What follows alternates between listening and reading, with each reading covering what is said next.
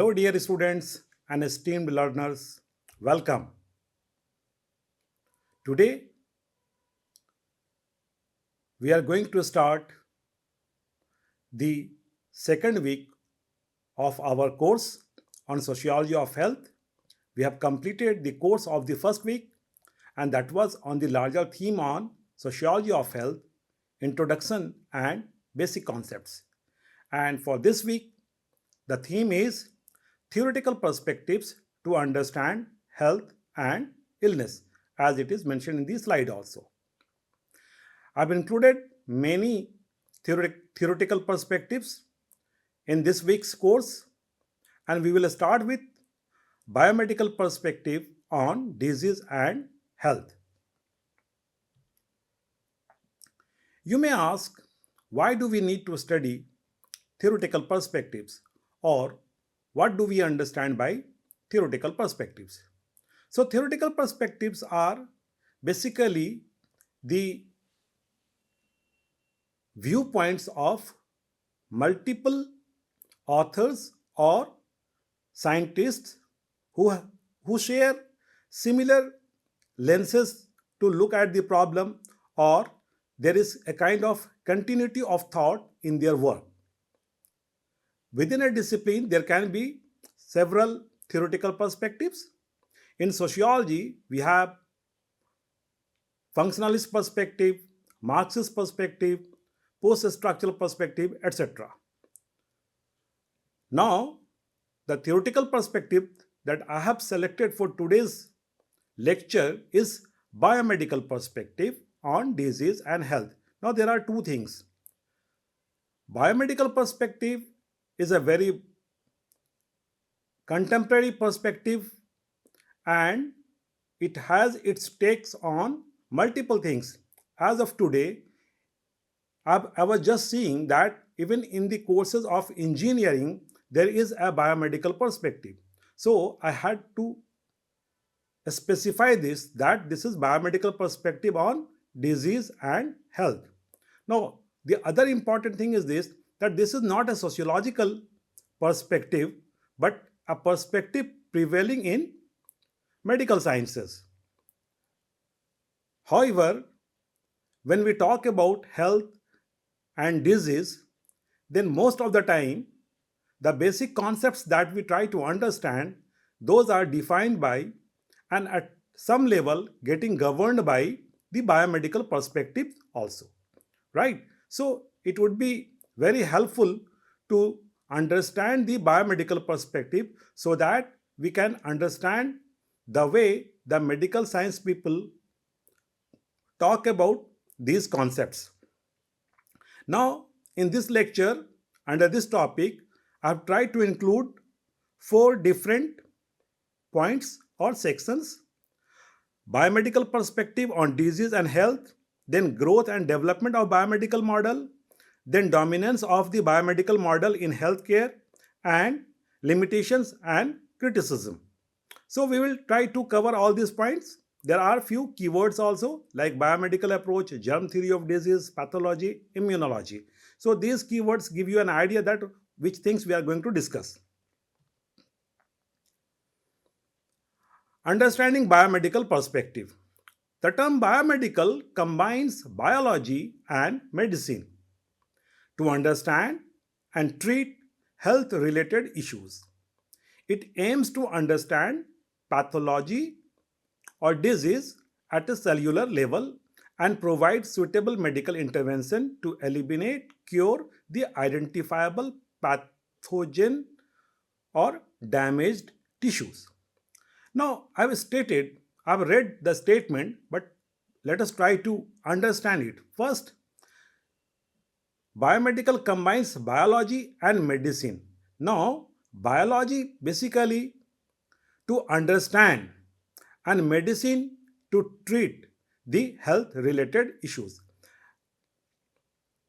Biological causation, and then medicine for basically treating that particular problem or curing that particular problem. So it is biomedical. It aims to understand pathology or disease at a cellular level, that means at the level of the cells, that means biologically. That biological understanding is very dominating here. Often it is considered as a reductionist approach because all diseases are getting reduced to the biological functioning. And then this medicine or medical approach is used to either eliminate or cure the identified pathogen or damaged tissues. Then the biomedical model prioritizes the identification of biological mechanism underlying illnesses, often relying on laboratory tests, diagnostic tools, and pharmacological interventions. It emphasizes treatment through pharmaceuticals or surgical procedures targeting the specific biological causes of disease. So, whatever I have mentioned here, we are also familiar in our day to day life. Whenever somebody is becoming sick, and then if he or she is preferring to go to the medical sciences, then the normal trajectory is first going to a medical practitioner, then he or she is writing certain diagnosis, then we go for basically some pathology for some tests, right, like test of the blood or urine, etc. So these are the pathological part. And then when the problem is diagnosed, then there are certain suggestions, like sometimes pharmaceuticals are prescribed or sometimes surgery is recommended depending upon the nature of the requirement of the problem. So this is how the biomedical science is operating. The concept of biomedicine goes back to Robert Koch's theory of disease being caused by pathogen or other factors and rests on the premise of a simple cause effect relationship between measurable pathophysiological triggers and disease phenomenon. Now, Robert Koch is a very famous person. He is the person who basically discovered tuberculosis bacterium, and he is associated with the germ theory of disease. So biomedicine is often considered as or often known as the practitioner of germ theory of disease because people like Robert Koch or Louis Pasteur, they identified those pathogens existing in the form of bacteria or maybe other forms, and then they prescribed that first we need to identify the pathogen which is responsible for causation of the disease, and then we need to treat as per the requirement in that specific situation. Rudolf Virchow, also known as father of pathology, and Louis Pasteur, immensely who immensely contributed in the field of immunology and germ theory of disease, significantly contributed to advancing the biomedical model by emphasizing pathological mechanisms and infectious agents as causes of disease. So now we got some idea. We are talking about the understanding related to biomedical perspective. Now, I have included certain points here. James Host, in a paper, Biomedical Perspective Critical Assessment of an Outdated Concept, talks about certain important things. According to James Host, the causes of disease relevant to the biomedical perspective can be divided into four complexes. What are those four complexes? These are basically related to the causes of the disease. So these could be infections, these could be endogenous biochemical dysfunctions or organ defects and dysfunctions in the organism caused by exogenous influences such as noxious substances, fire, physical objects, accidents, etc. And finally, the malfunctions due to genetic predispositions and susceptibilities. Now, you may remember earlier when we were talking about the concept of health and then causation of disease, at that point of time we had also mentioned some of the causative agents. So these are like those causative agents. Primarily these are decided by, governed by, identified by biomedical sciences. Now, let us have a look on the growth and development of biomedical approach. Biomedical science has a very long history, and there is no unanimity of opinion about the history of biomedical sciences. I tried to go through multiple authors, and in every book I basically found different kind of story. So I have tried to include few facts related to that, and we will try to understand the basic assumptions of biomedical approach. Few facts are mentioned in the slides. Now, Larkin says that the forms of biomedical model have existed since before 400 BC. That means long back, almost 2400 years back, with Hippocrates advocating for physical etiology of illness. Now, etiology is basically a study of causes of disease. That means Hippocrates long back tried to see illness or disease in terms of the physical attributes. This model became the dominant view on health in the 19th century during the scientific revolution. So, we all know that in 18th and 19th century, several important developments took place. In 19th century, there were certain developments which are collectively identified as scientific revolution. So, I have mentioned some of those specific developments so that we can get an idea about how biomedical approach finally developed in 19th and 20th century. According to Larkin, from the beginning of the 16th century onwards, several significant developments took place. The period saw growth of medical theory supported by clinical observation and pathological research and progress in medical science and technology. Now, some of the important developments are included here. What are those important developments? Development of new academic and professional subject areas such as bacteriology, germ theory, and microbiology. We talked about the beginning of the germ theory sort of thing, or discovery of those micro level pathogens by eminent people. So, on the basis of that, certain specific subjects or subdisciplines developed, like bacteriology, microbiology, etc. Then, introduction of aseptic techniques. Aseptic means uh, which is not causing any kind of infection, because those techniques were very important, very necessary when some kind of surgery or any sort of that sort of thing was uh, being handled by the medical practitioners. Then anesthesia, the substance which is generally used for making people unconscious during a surgery. Then other technological developments like stethoscope, thermometer, microscope, x-rays, etc. All those inventions took place during that period, and so this 19th century became very important in the history of growth and development of biomedical approach.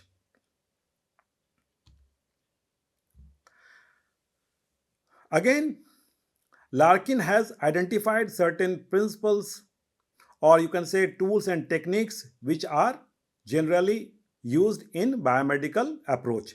So Larkin has summarized some of those points, and we would like to talk about those things. Biomedical approach draws heavily on scientific knowledge in general and emphasizes scientific method and objectivity.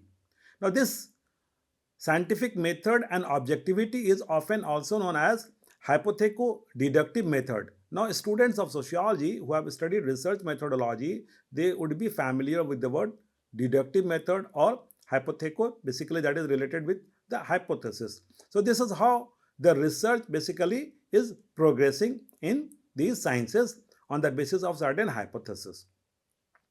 Then it attaches supreme importance to learning about anatomy and physiology. So, the structure of the body. The focus is on the biological part of the entire process or mechanism. So, anatomy is becoming very important, physiology is becoming very important. Then it rests on the assumption that all causes of disease, mental disorder, as well as physical conditions can be understood in biological terms. Now, I have further highlighted these things. See, all causes of disease, and that includes actually the mental causes also.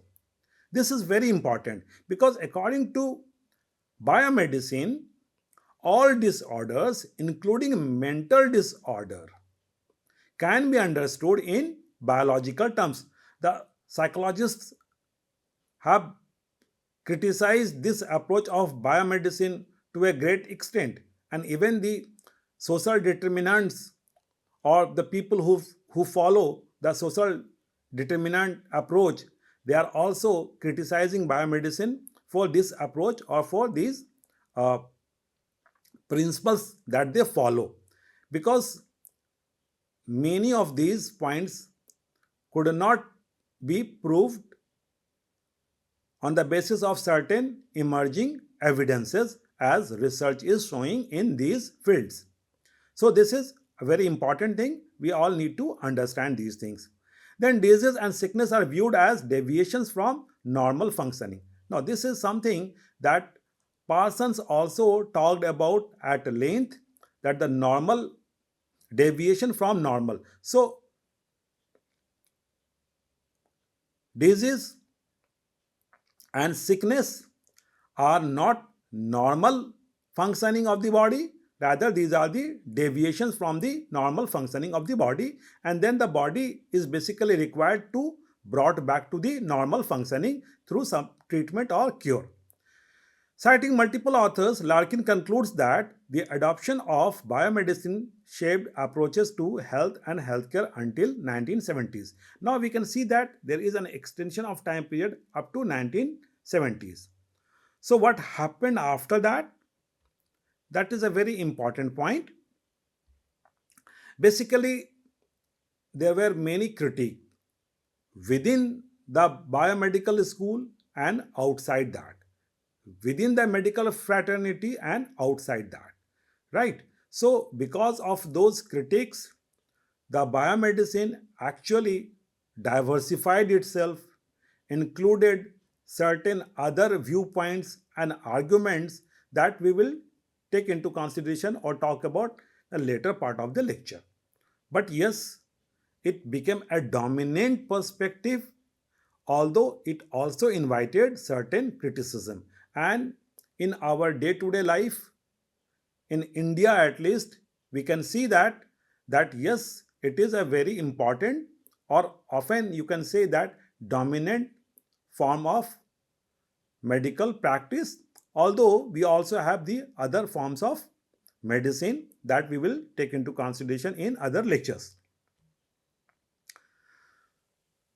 We can summarize this much of understanding in next two slides by addressing some of the assumptions which are shared by biomedical approach.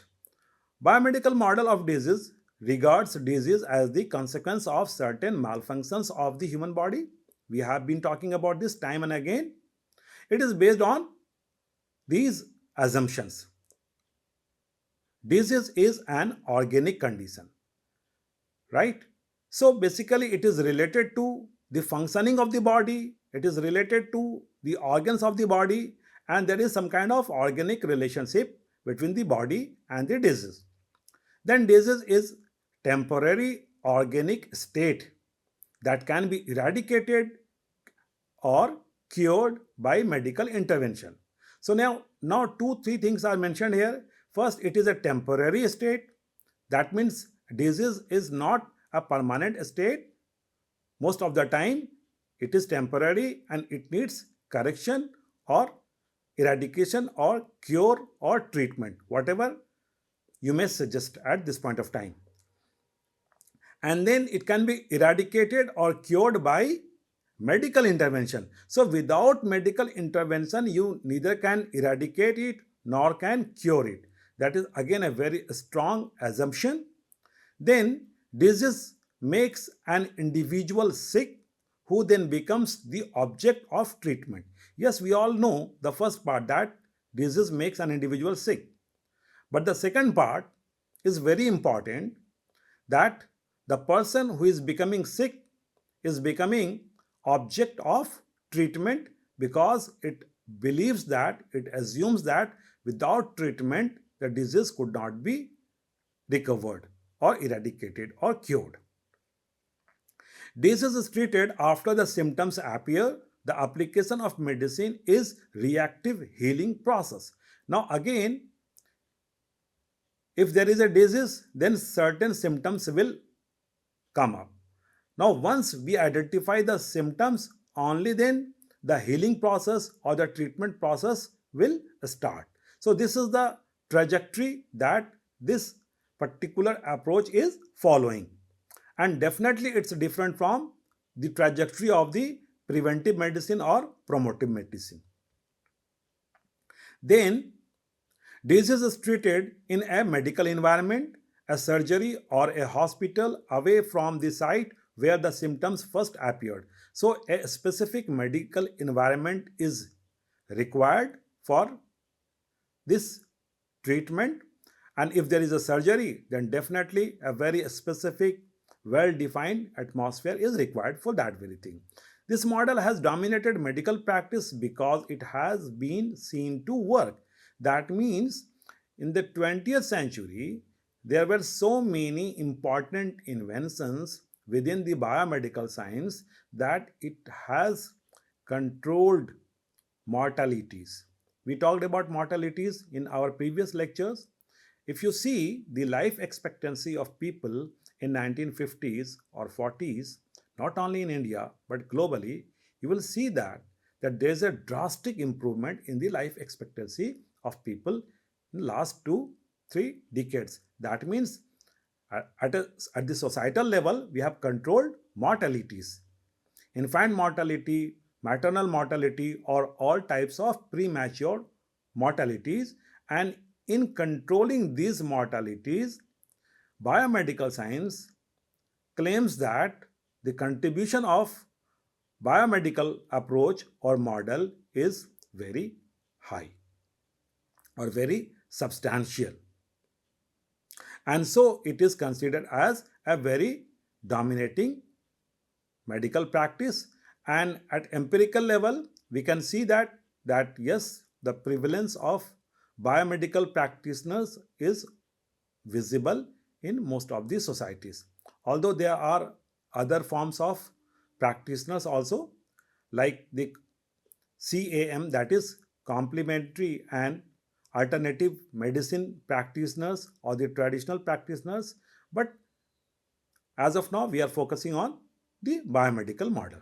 However, despite all these good features, Anthony Giddens says that over the past few decades, the biomedical model of disease and health has been the object of growing criticism also. So there are critics within the sciences, within the school, and there are critics outside the school. We will try to see some of the limitations and criticism.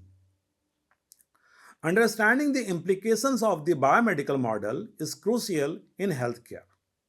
While it has contributed significantly to medical progress, there is growing recognition of the need for a more holistic and patient centered approach that integrates social, psychological, and environmental determinants into healthcare paradigm. Now, this is one statement, but it includes multiple points. Let me unfold those points for you.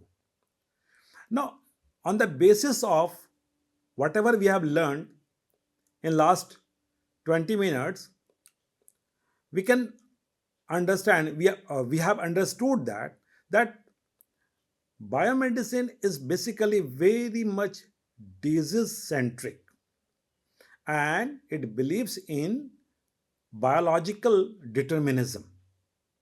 This is also known as a reductionist approach. That means they are focusing too much on the biological functioning of the body, but not having a very holistic or comprehensive approach. Then second thing is this, that they are disease centered and not patient centered. The patient for them is an object of treatment and they are focusing only on the disease aspect to a greater extent. So there are criticism related to these approaches. And then it doesn't take into consideration the social determinants or the psychological determinants or even the environmental determinants. I had stated in some of the previous slides that because of too much focus on biological determinism, even in the case of mental health, the psychologist became a big critique of this biomedical model. Although they work in collaboration with biomedicine very often, but that very assumption that the mental health or mental disease could be caused because of the biological functioning of the body, that is under question mark or under debate. So I thought to talk about that so that you get a practical understanding about this, and you can also think about it and you can also read about it, because the issues related to mental health are actually becoming uh, these are actually increasing nowadays. And although earlier mental health or mental illness was not taken very seriously, but nowadays these are being taken very seriously also. Then George Engel's biopsychosocial model presented an alternative to the biomedical model. Now, Engels, in his approach or model, took into consideration the psycho or the psychological aspect as well as the social aspect also, and so labeled his approach as biopsychosocial model. And this model is basically trying to become a holistic model and trying to uh, compensate the limitations of the biomedical model. Angel argued for a more holistic framework that considers biological, psychological, and social factors in understanding health and illness.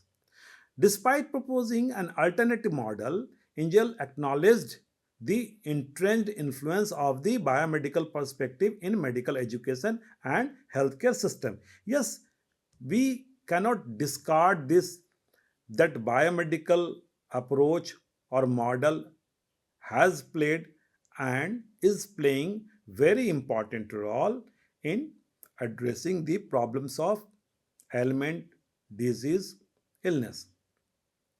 But there are certain limitations also within this approach, and we are talking about those limitations so that the approach can improve, make improvement upon those limitations. And basically this biomedical approach is addressing those criticism also. So after 1970s, when those criticism became very visible, then this approach or perspective tried to address many of those criticisms. The growth of the social determinant approach and simultaneously focus on social medicine, community medicine, and psychosocial approach and environmental approach tried to overcome the limitations. Right? So these were the parallel developments. Then complementary and alternative medicine again developed, and this is one of the critique of biomedical approach, because they talk about the alternative systems of medicine, and those alternative systems of medicine or complementary systems of medicine are becoming popular at global level. Then there are several traditional medicines. For example, in India, we have the Ayush system. Ayush is basically an acronym that refers to Ayurveda, Yoga, Unani, Siddha, and homeopathic system. So these are all traditional systems of medicine which are being practiced, and people do have faith in these systems of medicine also. And last but not the least, there was a huge criticism by Ivan Illich. Illich talked about the negative aspect of medicalization, and he used the term heterogenesis, and by this he meant the medicine caused illness. So Illich says that very often medicines do cause some sort of problems or some sort of illness, whether those are intended or unintended, that can be questioned, that can be discussed, debated, and researched. But there are certain symptoms which do come into existence because of the process of medicalization. This is how Illich has criticized the biomedicine school or the approach, and Illich talked about medicalization as a process. We'll talk about this in an independent lecture because medicalization is considered as one of the very important processes in sociology of health. So with this, I've concluded this lecture, and now we'll talk about the think about this problem and activity question. So, do you think that biomedicine perspective can explain the causation of all types of disease? We have discussed biomedicine at length. We have related it with the causation of disease. But the question here is, do you think that biomedicine perspective can explain the causation of all types of disease? So you need to think over this whether it can explain the causation of all types of disease or not. And we have earlier stated that sociology is basically study of understanding and explaining. So you need to explain and understand whether this is possible or not. And then there is a small activity question. What are the various specializations within the biomedical approach? So if we talk about biomedical approach and we see that most of the practitioners visible in the society are following this biomedical approach, then what kind of specializations they are having? So on the basis of your empirical observation, you can identify certain specializations, make a list, and try to understand what kind of specialized functions they are actually performing. So with this, I close or conclude this lecture. We will meet in the next lecture. Till then, take care. Have a great day.